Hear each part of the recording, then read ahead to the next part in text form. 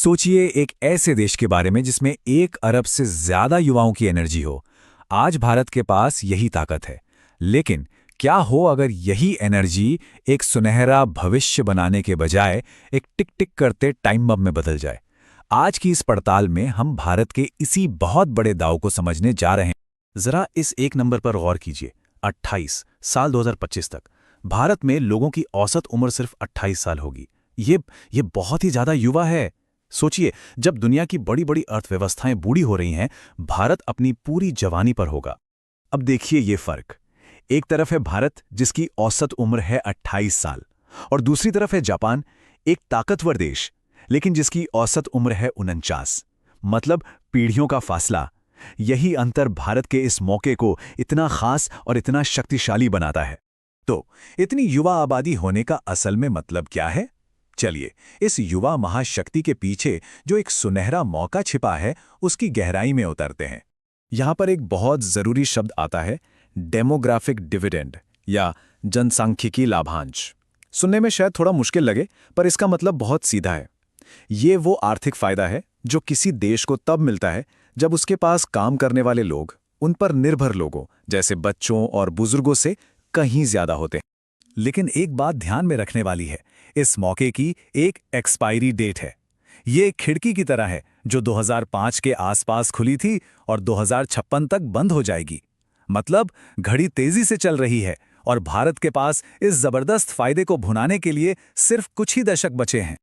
लेकिन जैसा हर बड़ी कहानी में होता है, यहां भी एक ट्विस्ट है। इस सुनहरी तस्वीर के पीछे हमारी नींव में कुछ ऐसी दरारें हैं जो सब कुछ खतरे में डाल सकती हैं।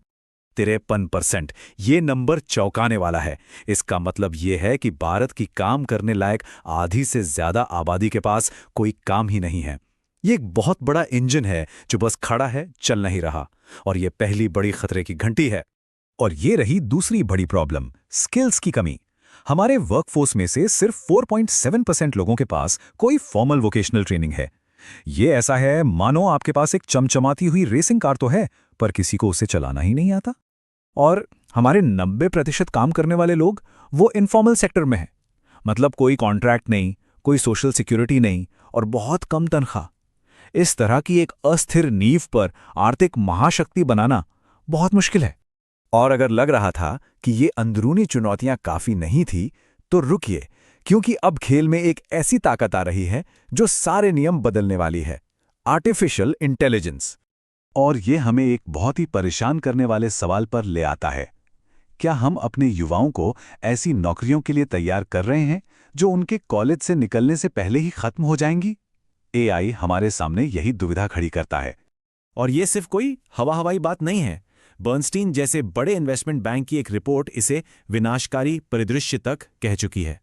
उनका मानना है कि एआई भारत के डेमोग्राफिक फायदे को एक झटके में खत्म कर सकता है। ये एक ऐसी चेतावनी है जिसे नजरअंदाज नहीं किया जा सकता। लेकिन देखिए, एआई एक दो-धारी तलवार की तरह है। एक तरफ ये हमारी पारंपरिक नौकरियों को खत्म कर सकता है, लेकिन दूसरी तरफ ये एआई इंजीनियरिंग और डेटा साइंस जैसे बिल्कुल नए फील्ड्स में मौकों की एक पूरी नई दुनिया भी खोल रहा है। और कहानी को थोड़ा और पेचीदा बनाने के लिए ये समझना जरूरी है कि भारत कोई एक देश नहीं है। जब हम आबादी की बात करते हैं तो हम असल में कम से कम 2 अलग-अलग भारत की बात कर रहे होते हैं। जरा इस टेबल को देखिए। उत्तर में बिहार और उत्तर प्रदेश जैसे राज्य हैं जो अभी भी युवा हैं और तेजी से बढ़ रहे हैं। वहीं दक्षिण में कर्नाटक और तमिलनाडु जैसे राज्य हैं जो पहले से ही बूढ़े हो रहे हैं। ये एक ही देश के अंदर 2 अलग-अलग दुनियाएं हैं। और यहाँ एक और हैरान करने वाली बात है, हम चाहे जो भी सुनते आए हों, आने वाले सालों में स्कूल जाने वाले बच्चों की संख्या में भारी गिरावट आने वाली है। ये सब कुछ बदल देता है। अब बहस इस पर नहीं होनी चाहिए कि और स्कूल कैसे बनाएं, बल्कि इस पर होनी चाहिए कि जो स्कूल हैं उन्हें बेहतर कैसे बनाया जाए। तो इस पूरी उलझी हुई तस्वीर को देखते हुए रास्ता क्या है? देखिए, भविष्य कोई पत्थर की लकीर नहीं है। ये उन फैसलों से बनेगा जो हम और आप आज लेंगे। आगे का रास्ता 3 जरूरी कदमों पर टिका है। पहला, हमें अपनी शिक्षा को एआई के जमाने के लिए दोबारा तैयार करना होगा। दूसरा, हमें वोकेशनल ट्रेनिंग को सुपरचार्ज करना होगा ताकि हमारे पास एक वर्ल्ड क्लास वर्कफोर्स हो। और तीसरा, हमें ऐसे रोजगार पैदा करने होंगे जो लाखों लोगों को मौका दें। और ऐसा नहीं है कि कुछ हो नहीं रहा। सरकार की नई शिक्षा नीति, स्किल इंडिया मिशन और मेक इन इंडिया जैसी पहलें, ये सब इस बहुत बड़े जहाज को सही दिशा में मोड़ने की पहली कोशिशें हैं। और आखिर में हम उसी एक सवाल पर वापस आते हैं जो सबसे ज़्यादा मायने रखता है। क्या भारत के युवा एक नए भविष्य के निर्माता बनेंगे, या फिर वो टेक्नोलॉजी के कारण पीछे छूट जाने वाली एक पीढ़ी होंगे? पूरे देश का भविष्य दांव पर है, और इसका जवाब अभी लिखा जा रहा है।